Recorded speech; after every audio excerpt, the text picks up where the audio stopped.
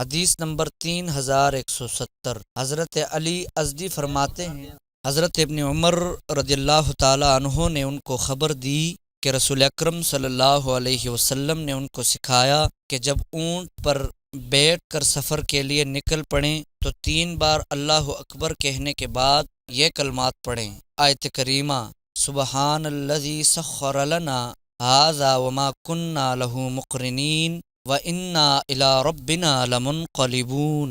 وہ ذات پاک ہے جس نے ہمارے لیے اس سواری کو مختصر کر دیا اور ہم اس کو مختصر کرنے والے نہ تھے، اور بے شک ہم اپنے رب کی طرف لوٹنے والے ہیں۔ پھر یہ دعا: اللہم انا نسألک فی سفرنا ھذا البر والتقوی ومن العمل ما ترضى اللہم ہون علینا سفرنا ھذا وأطوى عنا بعده اللہم ان الصاحب فی السفر والخلیفة فی الحل اللہم انی اعوذ بک من وعثاء السفر وکابۃ المنظر وسوء المنقلب فی الکمال والحل۔ یا اللہ، ہم اپنے اس سفر میں تجھ سے نیکی اور تقوی اور اس عمل کا سوال کرتے ہیں جس پر تو راضی ہو۔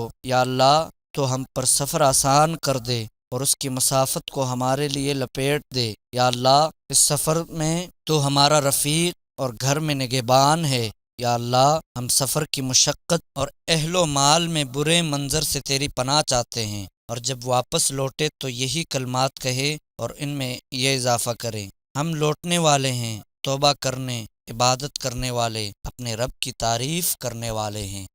حدیث نمبر 3171۔ حضرت عبداللہ بن سرجس رضی اللہ تعالیٰ عنہ سے مروی ہے، فرماتے ہیں رسول اکرم صلی اللہ علیہ وسلم جب سفر کرتے تو سفر کی شدت و مشقت اور بری چیزیں دیکھنے سے، برے انجام سے، مظلوم کی بددعا سے اور اہل و مال میں برے انجام سے اللہ تعالیٰ کی پناہ مانگتے تھے۔ حدیث نمبر 3172۔ ایک اور سند سے بھی اس کی مثل مروی ہے، البتہ کچھ الفاظ کا تغیر و تبدل ہے۔